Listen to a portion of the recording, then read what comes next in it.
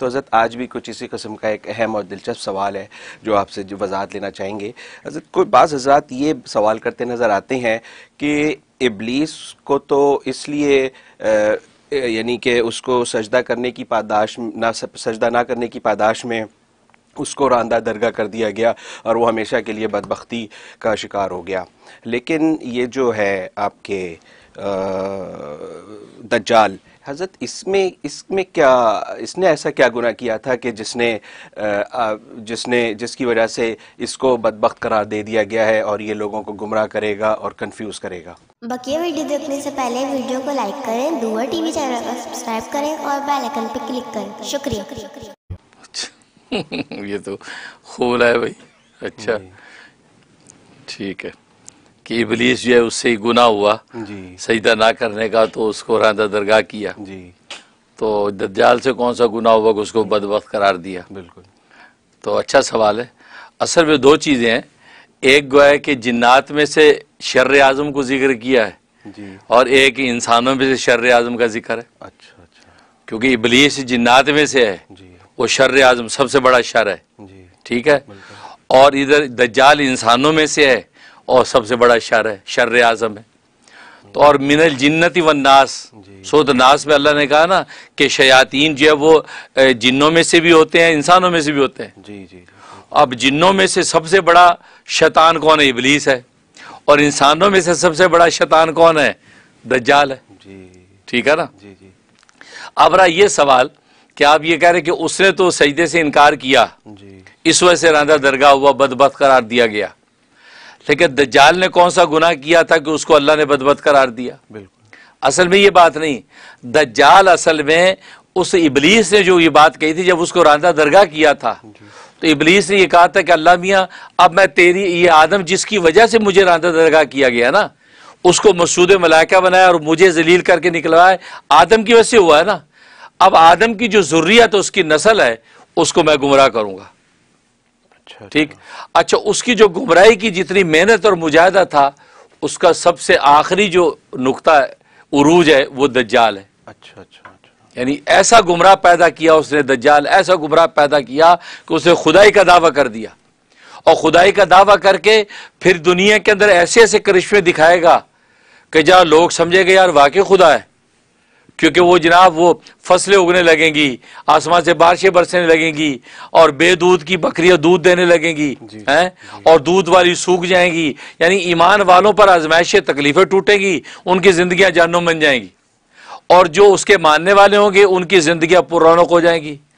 اور اس کے ساتھ یہ ابلیس اس کے ساتھ ہوگا. یہ ساری چیزیں ابلیس کر رہا ہوگا کیونکہ ابلیس کو تو اللہ تبارک و تعالی یہ طاقت دی ہے کہ وہ سارے تصرفات کر سکتا ہے.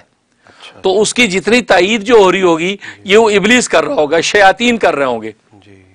اور وہ انسانی شکل کے اندر گویا کہ وہ ایک مرکز گمراہی بن کے وہ لوگوں کو گمراہ کرے گا اور لوگ سوچیں گے یار ہمارے جیسے انسان ہے اور یہ کیسے کمال دکھا رہا ہے اور خدائی کا دعویٰ کر، اس کا مطلب یار یہ خدائی ہے.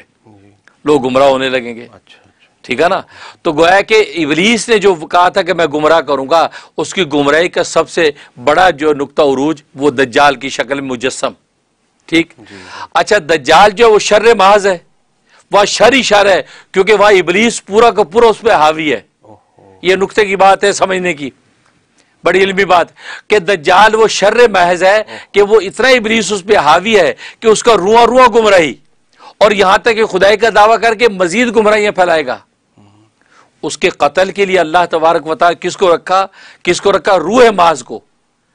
ایسی روح جس کو روح اللہ کہتے ہیں، حضرت عیسیٰ علیہ السلام، روح اللہ کو اس کی قتل پر فائز کیا. اور روح اللہ کی شان یہ ہے کہ ان کے پیدا ہونے کے بعد شیطان ان تک پہنچ بھی نہیں سکا. تبھی حدیث میں آتا ہے، نبی فرماتے ہیں کہ عیسیٰ علیہ السلام واحد ہیں کہ ان کو شیطان اپنا کچوکا نہیں لگا سکا، ورنہ ہر ایک کی یہ کوک کے اندر وہ انگلی مارتا ہے، انگلی سے مارتا ہے، اپنا اثر اس کے اندر ڈالتا ہے تاکہ کل کو اس کو گمراہی کا راستے پہ لانا آسان ہو جائے. لیکن فرمایا عیسیٰ علیہ السلام واحد ہیں اور ان کی ماں مریم، ان دونوں تک وہ اپنا کچوکا نہیں لگا سکا. ادھر دیکھو ایک ایسی شخصیت جس پہ پورا کا پورا شیطان حاوی، اور ادھر وہ شخصیت اس کے ہلاکت پر فائز ہوئی کہ جہاں ابلیس کا ایک کچوکا بھی نہیں لگا، روح محض. اس روح ماز کو اللہ نے اس کے قتل میں معمون کیا، ماشاءاللہ جی، ٹھیک. اور اس جیسے اس دجال کی پیدائش عجیب و غریب ہے اور اس کے احوال عجیب و غریب ہے کہ کب سے پیدا ہوئے کب تک زندہ ہے، پیدا ہوئے کب سے، یعنی حضرت نوح علیہ السلام بھی اپنی امت کو دجال سے ڈراتے تھے، اس کا مطلب پتہ نہیں کب سے دجال، ٹھیک. تو اللہ نے اس کے قتل کے لیے بھی جس شخص کو پیدا کیا وہ بھی عجیب و غریب طریقے سے آئیں، بغیر باپ کے پیدا ہوئے، عیسیٰ علیہ السلام بغیر باپ کے پیدا ہوئے، نفخہ جبریلی سے پیدا ہوئے. حضرت جبریل صلی اللہ علیہ وسلم نے آ کے جو ہے حضرت مریم کے جو ہے وہ سینے میں پھونک ماری ہے. تو اسے قدوسیت کی شان، تو ان کی پیدائش میں قدوسیت کی شان ہے فرشتوں والی، اور اس دجال کی پیدائش میں شیطانیت ہی شیطانیت ہے.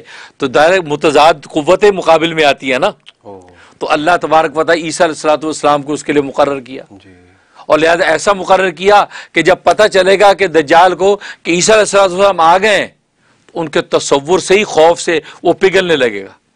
حدیث میں آتا ہے کہ ایسے پگھلے گا جیسے پانی میں نمک ڈال دیں، اور وہ دوڑے گا، عیسیٰ علیہ السلام اس کے پیچھے دوڑیں گے. اور عیسیٰ علیہ السلام کے سانس کے اندر یہ طاقت ہوگی کہ جہاں پر آپ کی نگاہ پڑتی ہے وہاں تک سانس آپ کی پہنچے گی، اور جس کافر مشرک کو لگے گی وہ ہلاک ہو جائے گا. سانس میں طاقت ہوگی. کیوں؟ اس لیے کہ جبریل کا نفخہ جبریلی، وہ جو پھونک ماری تھی نا جبریل نے، اس پھونک کا اثر ان کے وجود میں ایسا، ان کی منہ کی پھونک جو ہے وہ ہلاک کرتی جائے گی شیاطین کو.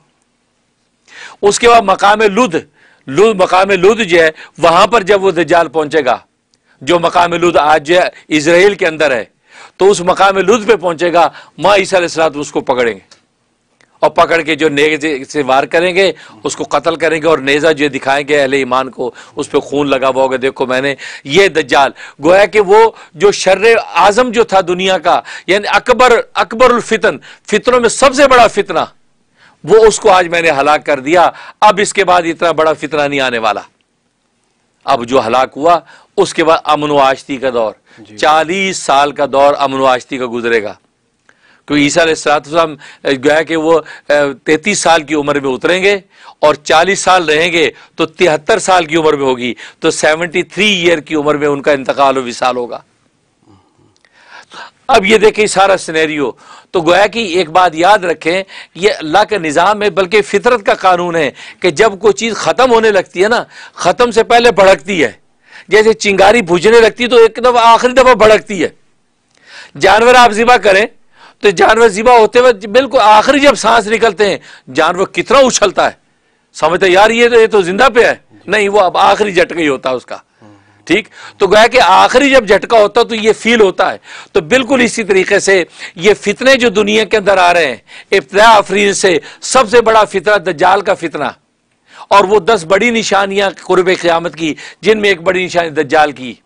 تو یہ آخری فتنہ ہے سب سے بڑا جو ختم ہوگا، اور یہ بڑا فتنہ اتنی ہیوج شکل میں آئے گا تو سمجھو اس کے ختم کا وقت ہے. کہ جب چیز ختم ہوتی ہے تو بھڑکتی ہے، تو بہت بڑی قوت سے آتی ہے، اور وہی وقت سمجھو اس کے ختم ہونے کا ہے. تو دجال کو اس طریقے سے ختم کیا جائے گا جو کہ شیطان کی گمراہی کا نقطہ عروج ہے جو اس نے محنت کی، اور اللہ تبارک و تعالیٰ پھر اس کے مقابلے میں عیسیٰ علیہ السلام کے ذریعے سے ان کو قتل کروائے گے. دجال قتل ہوگا. تو اس لیے دجال جو ہے یہ ایک آزمائش ہے. یہ آزمائش ہے کیوں کہ یہ ضروری نہیں ہوتا کہ کسی سے پہلے کوئی گناہ ہو. اب اللہ تبارک و تعالی اس کو آگے، اب ہاروت ماروت ہیں، اب ہاروت ماروت فرشتے قرآن کریم میں موجود ہے، اللہ نے دنیا میں اتارے. ان سے کوئی گناہ تو نہیں ہوا تھا، وہ دنیا میں اللہ ان کو آزمائش بنا کے بھیج دیا. تو اللہ بس اوقات کسی کو آزمائش بھی بناتی ہے، اللہ کی تکوینی نظام ہے. تو تکوینی حکمتوں کے لیے آزمائش بنایا، اور اس آزمائش کی وجہ سے دنیا کے اندر وقت گزارا.